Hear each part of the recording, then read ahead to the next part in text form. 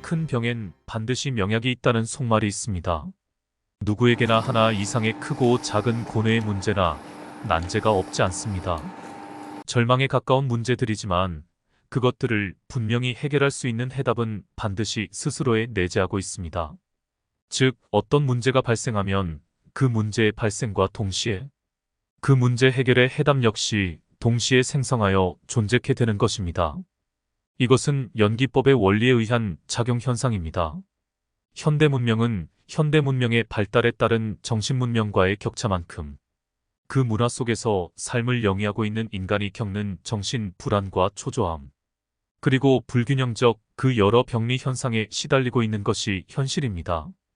이에 문제를 해결하기 위한 새로운 시도들이 동서양각 학계를 비롯한 각양의 분야에서 일어나고 있는 중입니다. 그리고 나름의 효과 있는 듯한 결과물을 도출하고 있기도 합니다. 하지만 현실적으로 적용해보면 나름의 장점도 있겠지만 효과는 미미한 수준인 결과에 실망하는 경우가 대부분입니다. 대개 새로운 학설이나 이론 같아 보이지만 불교 진리 중 어느 일부분을 나름의 재해석으로 가공하여 자신의 업적으로 발표하는 수준이며 그 깊이가 일천하여 되레 혼란을 야기하는 측면도 적지 않은 것이 직면한 현실입니다. 이러한 현실을 맞이한 인간이 겪는 모든 난제들은 붓다의 깨달음에서 그 해답을 찾을 수 있습니다. 누군가가 어떤 난제에 봉착하였을 경우 우선 첫 순서는 현실적인 차원에서 해결할 수 있는 해답을 찾아보아야 합니다. 현실 속에서 아무리 노력해도 자신이 겪는 난제의 해답을 찾을 수 없는 경우엔 좌절할 수도 있습니다. 그러나 그 어떤 난제도 난제의 발생과 동시에 그 해답 역시 동시에 발생하여 존재하기에 그것을 알아채기만 하면 해결되는 것입니다. 현실 속에서 답을 찾을 수 없는 경우, 두 번째로 깊은 고뇌 그대로 그 해답이 무엇인지에 대해 논리적이 아니라 그냥 막연하게 내면에서 찾는 것입니다. 그 방식은 오직 간절하고 골똘하게 몰입하여 그 한 문제에 대한 명상을 하는 것입니다. 그 명상 수준이 몰입삼매 수준에 이르게 되면 반드시 그 해답을 보게 됩니다. 그러한 결실의 현상은 붓다가 깨달아 설하신 연기법의 법리에 의해 일어나는 현상입니다. 명상을 깊게 하면 8정도 중의 선정 상태에 이르게 됩니다. 선정 상태는 그 어떤 의문에 대한 해답을 반드시 알아챌 수 있는 수준의 명상 상태를 말합니다. 그 어떤 문제에 대한 해답을 찾지 못하고 있다면 아직 해답을 도출할 수 있는 깊이의 선정 상태, 즉 몰입 삼매에 이르지 못한 결과입니다. 인류 역사상 일어난 기적과도 같은 문명의 발전은, 즉 기존의 문명과 다른 아이디어나 창의적 발상이나 발명 등은 누군가의 깊은 고뇌 어린 몰입 삼매에 의해 그 해답을 알아챈 결과입니다. 붓다의 깨달음 역시 그러하며 과학을 비롯한 문명의 발달도 그러합니다. 어떤 누군가가 절체절명의 은산철벽 같은 난제에 봉착하여 죽음을 맞이하기 직전이라 할지라도 그 해답은 반드시 동시에 존재하게 됩니다. 그 어떤 난제도 그 난제에 대한 고뇌 어린 갈망과 희구 속의 몰입 삼매 상태에 이르게 되면 해답을 반드시 얻게 됩니다. 그것이 사실이라면 얼마의 시간 동안 몰입 삼매를 해야 하는 것일까요? 대개 3일 전후의 몰입 삼매 상태에 이르게 되면 해답을 얻게 됩니다. 난제는 세속에 유행하는 긍정적인 사고방식의 기적이나 상상의 법칙이나 끌어당김의 논리로는 해결할 수 없습니다. 그것은 내면에 내재해 있는 해답을 알아채는 방식이 아닌 다른 길이기 때문입니다. 그렇다면 몰입삼매는 어떤 현상에 비유할 수 있을까요? 어린아이를 둔 어머니가 아이를 두고 회사에 출근해 근무하는 중 갑자기 불안해지면서 급체하여 심한 고통과 동시에 화장실을 급히 가야 하는 경우가 있습니다. 그때 몰입삼매를 평소에 닦는 어머니라면 이는 자신의 아이가 급체한 것을 알아채고 아이를 돌보는 보모에게 연락해보면 영락없이 그러한 상태임을 확인하게 되는 경우입니다. 모든 존재 비존재는 가칭하여 내면 경계에서 하나로 연결되어 있습니다. 그것은 모든 난제와 난제에 대한 해답 역시 내면 경계에서 하나로 연결되어 있는 것입니다. 몰입삼매를 하면 육신 뇌 차원의 활동과는 별개의 심층 차원에서 가동되는 잠재의식 내면 심층이 작동하게 됩니다. 몰입산매 깊이에 따라 최소 전생 체험을 비롯한 전지전능을 체험하기도 합니다. 깊이에 따라 그 이상 경계의 무수무량의 체험도 있게 됩니다. 몰입산매에 의해 해답을 얻는 과정은 다음과 같습니다.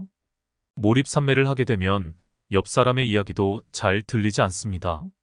시끄러운 소음도 잘 들리지 않게 됩니다. 기억력도 한동안 아주 떨어집니다. 마치 정신이 나간 사람처럼 기억 현상이 현저히 떨어지게 됩니다. 밥맛도 줄어들게 됩니다. 그러나 그 사람의 표정을 보면 정신 나간 사람의 표정이 아니라 뭔가의 골똘한 모습 속에 평온하면서 희망찬 얼굴이게 됩니다. 그러나 자신은 그것을 모릅니다. 그는 답을 기대하지도 긍정적인 생각을 할 틈도 없습니다. 그냥 그 난제와 하나가 됩니다. 그렇게 나름의 몰입산매에 적극적이건만 불행하게도, 아니 절망스럽게도 그 해답이 나타나지 않는 경우도 있습니다. 경륜이 얕은 이들은 여기서 큰 실망과 낙담 속에 회의적인 생각을 하며 쉽게 포기하기도 합니다. 해답 대신 반사적 크기의 절망을 맛보게 되는 경우입니다. 그래도 괜찮습니다. 다시 시작하는 것입니다. 그렇게 하기를 여러 번 하다 보면 우연한 순간, 즉 찰나에 그 해답을 알아채게 됩니다. 몰입산매 중 화장실에 가서 앉아 한 생각이 쉬는 순간 툭 하고 해답을 알아채는 경우도 있습니다. 즉 몰입산매 중 어쩌다 긴장감이 풀어지는 생각과 생각의 틈 찰나의 순간에 알아채게 되는 시스템이기 때문입니다. 대개 초심자들은 어쩌지 못하여 잠을 자는 동안 꿈속에서 그 해답을 보기도 합니다. 그땐 급히 일어나 그 해답을 상기하여 기록하고 되짚어 보아야 합니다. 그래도 그것이 무슨 뜻인지 모르는 경우도 있을 수 있습니다. 그러면 그땐 그 모르는 것에 대해 다시 몰입산매를 합니다. 그러면 대부분의 경우 해답을 얻게 됩니다. 아니 대개의 경우 이미 난제가 해결되는 이적이 일어난 후인 경우도 적지 않습니다. 몰입산매 즉 붓다의 선정산매를 알지 못할지라도 몰입산매에 준하는 일련의 과정을 통하여 해답을 얻어 난제를 해결한 사례는 수없이 많은 것이 현실입니다. 건강 문제나 학업 문제, 직장 문제, 가족 갈등 문제, 과학의 문제는 물론이요. 깨달음에 이르는 모든 난제들이 이와 같은 과정을 통하여 해결되고 발전 진화해 왔습니다. 몰입산매 수행을 자주 행하다 보면 뇌의 구조 역시 몰입산매의 용이한 버전의 네트워크 구조로 변하게 됩니다. 그러한 뇌 구조 역시 자신의 몰입산매가 창조한 결실입니다. 그 구조의 뇌 구조를 가지게 되면 그 해당 분야에서 최고가는 명장이 되는 것입니다. 부처님 역시 그 중에 한 분입니다. 누구나 자신 분야 최고의 명장이 될 수 있습니다. 저나 모든 이들은 쉽게 그 해답을 찾길 희망합니다. 그리하여 단시간 내에 그 해답을 줄 수 있는 비법이 있다는 논리들에 현혹되기도 합니다. 물론 그것도 과정상의 공부에 크고 작은 도움이 되기도 한다는 것은 당연입니다. 명장이 되기 위해서는 일체지 궁극의 진리에 의한 몰입산매 수행을 최소 3일 정도는 할 수 있어야 합니다. 종교적인 기도 역시 긴 역사 속에서 검증된 몰입산매의 효과적인 한 방편입니다. 그중 불교의 기도법이 진리 완성도에 비추어 매우 효과적인 측면이 적지 않다 할 것입니다. 아무튼 경우에 따라서는 몰입산매 1분 만에 해답을 얻기도 합니다. 즉 어쩌다 한순간 몰입산매가 깊어져 화장실에서 볼일을 보는 순간 해답을 얻는 것과 같은 경우가 여기에 해당합니다. 그러나 이러한 사건을 두고 일반화하여 1분 만에 기적의 해답을 찾을 수 있다고 선언하는 것은 현혹에 해당할 수 있습니다. 영어 회화를 배우는데 몇 년을 투자할 줄은 알면서 자신이 봉착한 난제에 대하여서는 3일 투자하기도 어려워하는 근기라면 어쩌면 아직 철이 들든 심령이요. 마음 그릇이 너무 작은 종재기가 자신이라 착각하는 심령에 해당한다는 평을 해도 무례한 이야기가 아닐 것입니다. 천지 천리에 대해 어린 심령은 어떤 난제에 봉착하면 무조건 중군한 방식으로 해답을 찾기 위해 초조 불안해하며 동분서주하다시피 하는 경우가 적지 않습니다. 마치 벌이 방에 들어올 때는 열린 문으로 들어와서 나갈 때는 닫힌 창문에 부딪히며 나아가려 애를 쓰다 결국 창에 부딪혀 죽음을 맞이하는 경우와 같은 격에 해당합니다. 이는 실타래를 스스로 엉키게 하는 지혜롭지 못한 어린 지혜 행위입니다. 어떤 경우 집중 명상하는 수행을 인위적으로 하는 경우도 있습니다. 일체질을 증득한 전문 성자에 의한 특별한 지도, 안내가 아닌 경우 인위적인 집중 삼매 훈련은 되려 부작용을 크게 불러일으키기도 합니다. 누구에게나 한 가지 이상의 갈등이나 난제를 지니고 있기 마련입니다. 그것에 대해 해결치 않고 창문에 부딪히는 벌처럼 쉼없이 맨바닥에 헤딩하는 식으로 나날을 살면서 그 원인은 자신이나 가족, 혹은 사회로 돌리며 늘 원망에 가득한 삶의 윤회고에 신음하기보다는 난제 해답 알아차리기 실지의 삶을 맞이해 보시기를 바랍니다.